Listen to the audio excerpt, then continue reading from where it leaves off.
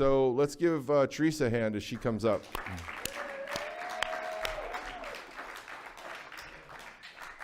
Hi, my name's Teresa, and I'm a grateful believer in Jesus who struggles with PTSD, codependency, unhealthy food choices, and childhood trauma.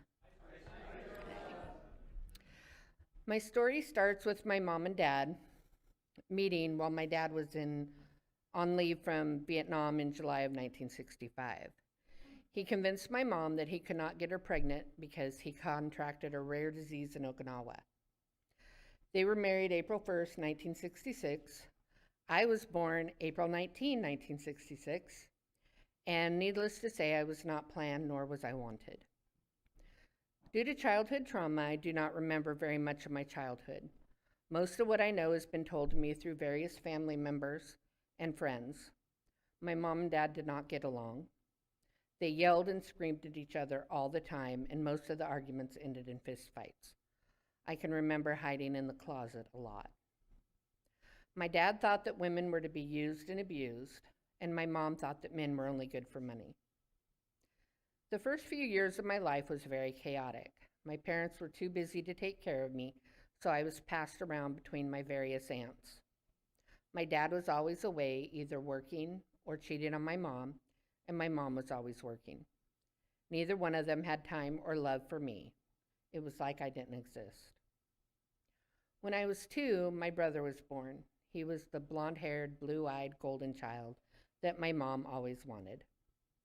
While I was still being passed around between my aunts, I still didn't seem to exist. My baby brother was born when I was 5. He was the precious, brown-haired, brown-eyed little angel that, again, my mom always wanted. I moved back in with mom and dad at this time, with my 2 brothers. My parents were still fighting all the time. Both were drinking heavily, and my dad was doing whatever drugs he could get his hands on, while my mom was doing speed.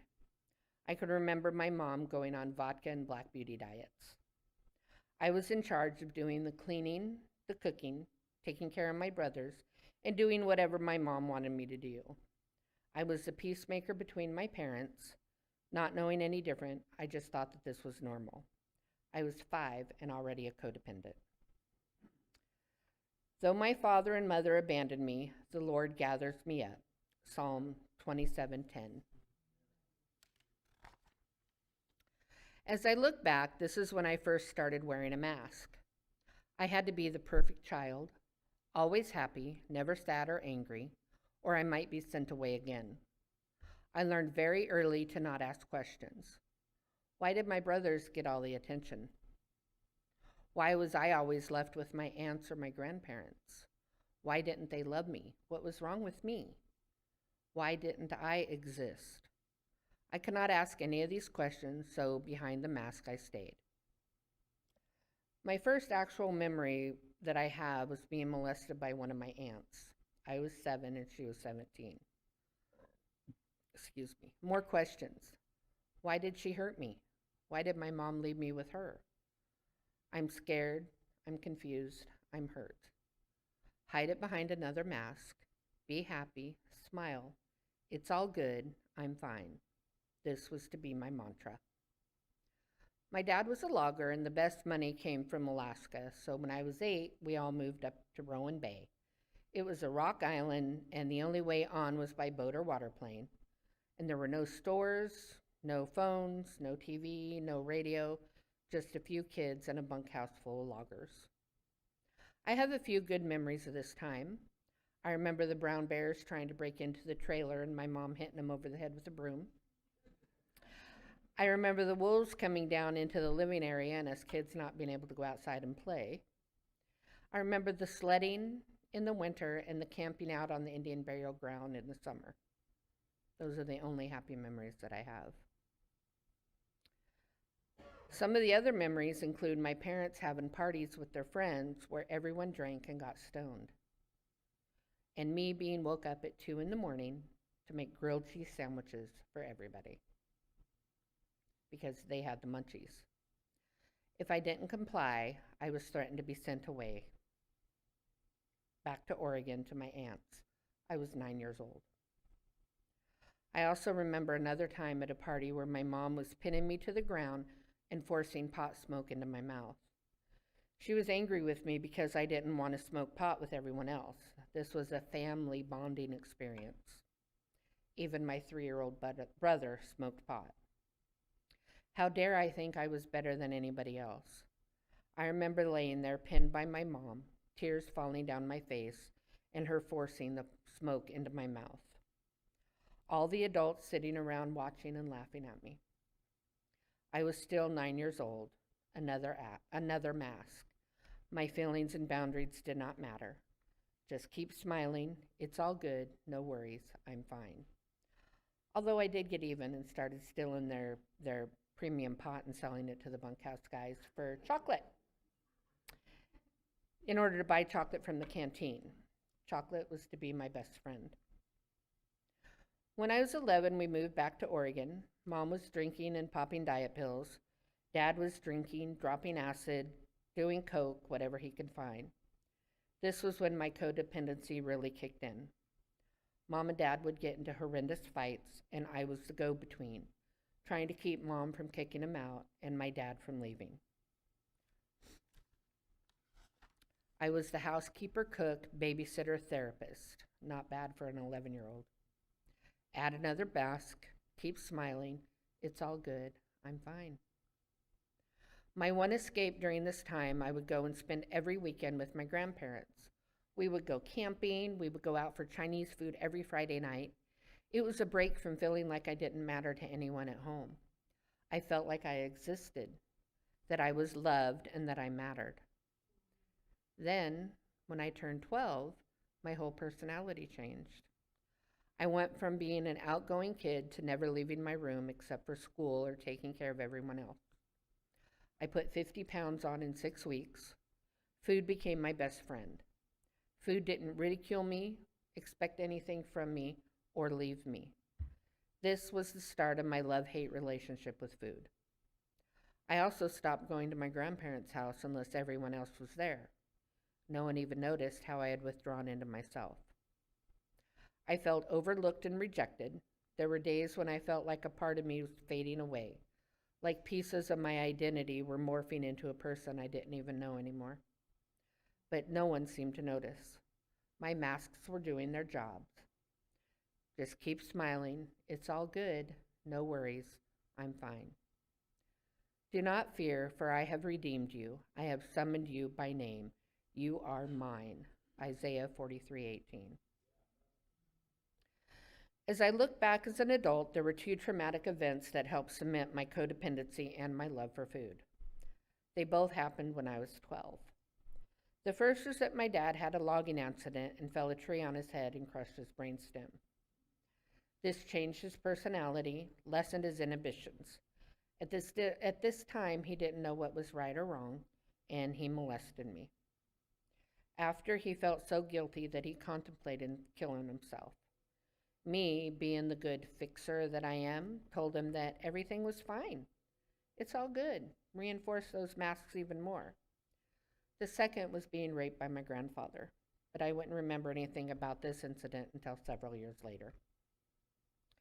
All through junior high and high school, I kept perfecting my role as the fixer, keeping up those masks. My brothers could do no wrong. My parents went to every ball game.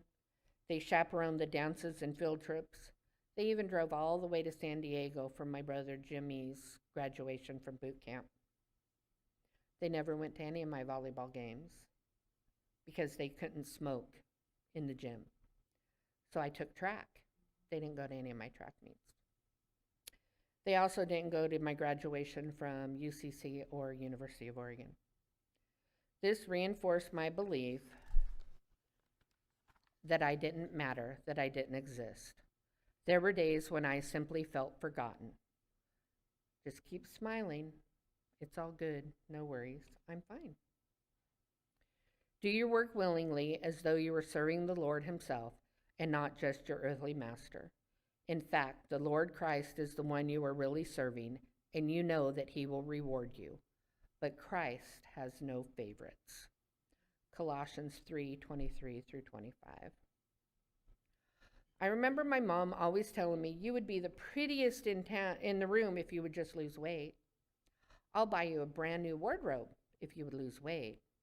Or my favorite, "I don't have to call you. I don't worry about you." What I heard was, "You're ugly, you dress horribly, and you're not worthy of my time and attention."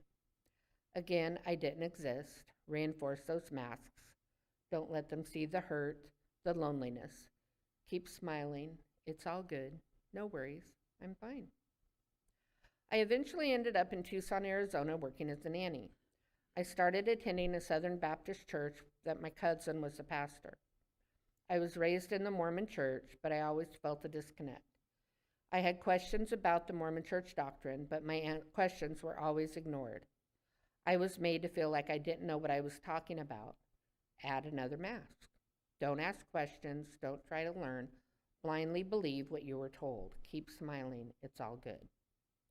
At my cousin's church, I was encouraged to ask questions, to research and find the answers in the Bible. This was a completely new concept to me. I'd always felt a presence, something that was always with me, especially in the hardest times. I found out that that presence was Jesus, and that no matter what, he was always with me. So after being baptized 25 times in the Mormon church, because they believe in baptisms for the dead, I was finally being baptized for Jesus, to accept him into my heart and accept his grace and mercy. I was 22 years old. I prayed to the Lord and he answered me. He freed me from all my fears. Those who look to for help will be radiant with joy. No shadow of shame will darken their faces. In my desperation, I prayed, and the Lord listened. He saved me from all my troubles. Psalm 34, 4-6. You would think that this would be an amazing awakening, that I would miraculously be changed. All my hurts and hang-ups would be gone. No, my masks were still firmly in place, doing their job. I eventually moved back to Oregon, still lost and alone, but due to my masks, no one ever knew. I met my kid's dad, and I have 2 amazing kids, before he left me to be with one of his many girlfriends. Again, I was not worthy of love. I think by this time, I just wanted kids who would love me regardless of anything else. It wasn't until after I had my daughter that I remembered the second part of my traumatic event. I came to pick my 2-year-old daughter up from my mom's house after work, and she was alone with my grandfather in his apartment. I freaked out. This was the only time that I stood up to my mom and I kept my boundaries.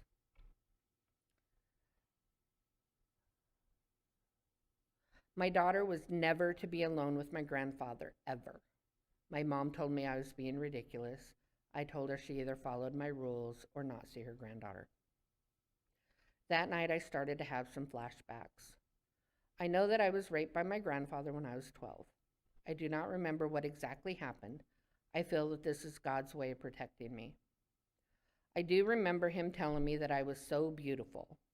This is when I started to gain weight.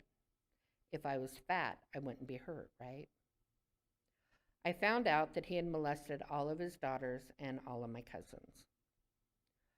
I was very angry and confused. My mom was molested by him. Why didn't she protect me? My head understood all about blocking it out, but my heart couldn't understand why she didn't protect me. I just have to say I am so grateful that I was able to break the cycle and set that boundary for my daughter.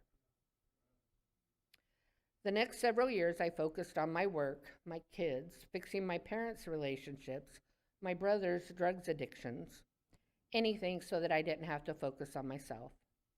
By this time, I didn't even know who I was. I was a mom, I was a daughter, sister, employee, but who was I? I wasn't important, so just keep those masks in place, keep smiling, it's all good, I'm fine.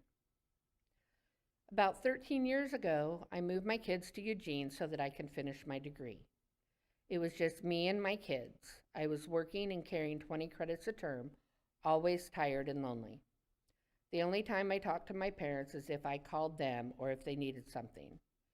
Here I was, alone, with two teenage kids who were angry with me for moving them from all their friends and their home, trying to finish school, pay the bills, give the kids what they needed and wanted, regardless of what I needed or wanted.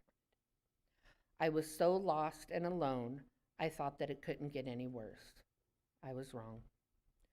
My youngest brother was, and still is, very active in his addiction. He was stealing everything from my parents to fund his meth habit, so my dad kicked him out. My mom guilted me into letting him come to stay with me. I can remember trying to cram for finals and having no energy, so my brother laid out a line for me to do. 4 months later, I flunked out of school with 2 classes left to graduate, lost my financial aid, my job, my housing. My kids and I were homeless, living in a shelter in Eugene. I know that Jesus was with me. I was able to walk away from the drugs without looking back. However, it was another 3 years before I finally hit bottom and started searching for Jesus again.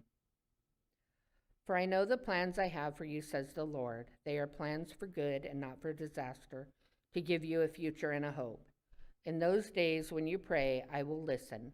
If you look for me wholeheartedly, you will find me.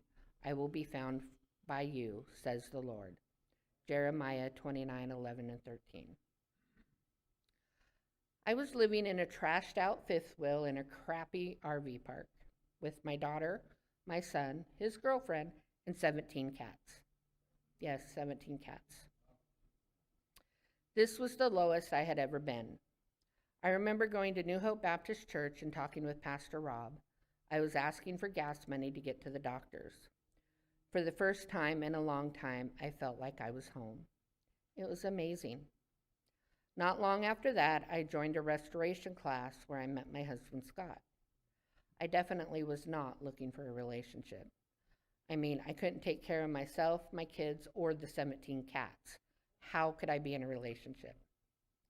God had other plans, though. It hasn't been perfect, not by a long shot.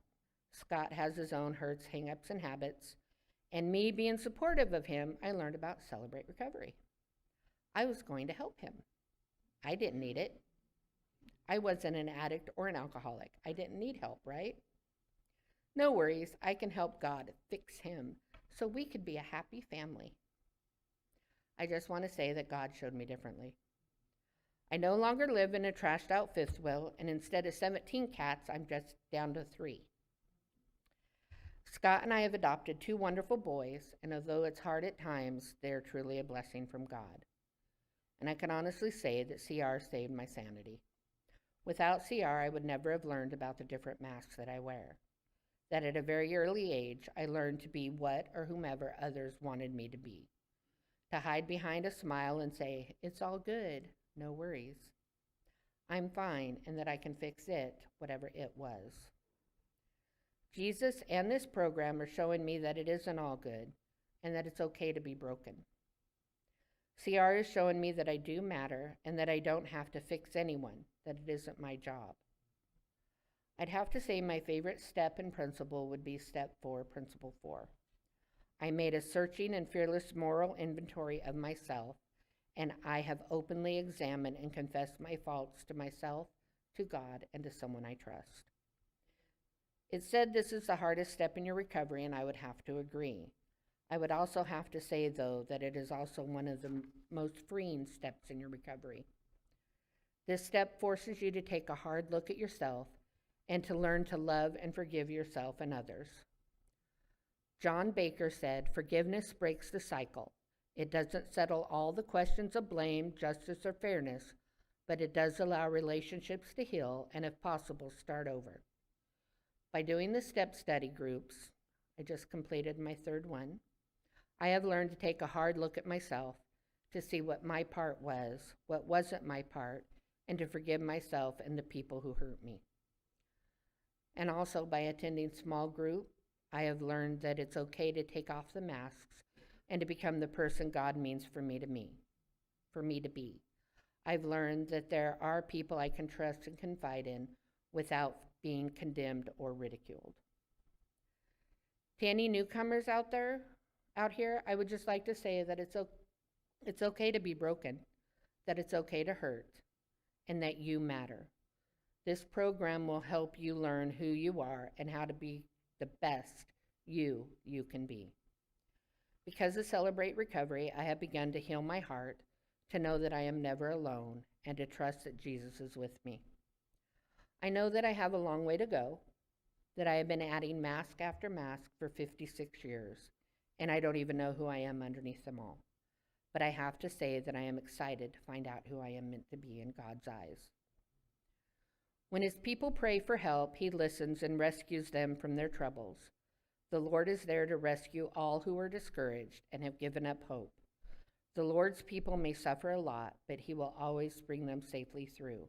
Not one of their bones will ever be broken. Psalm 34:17-20.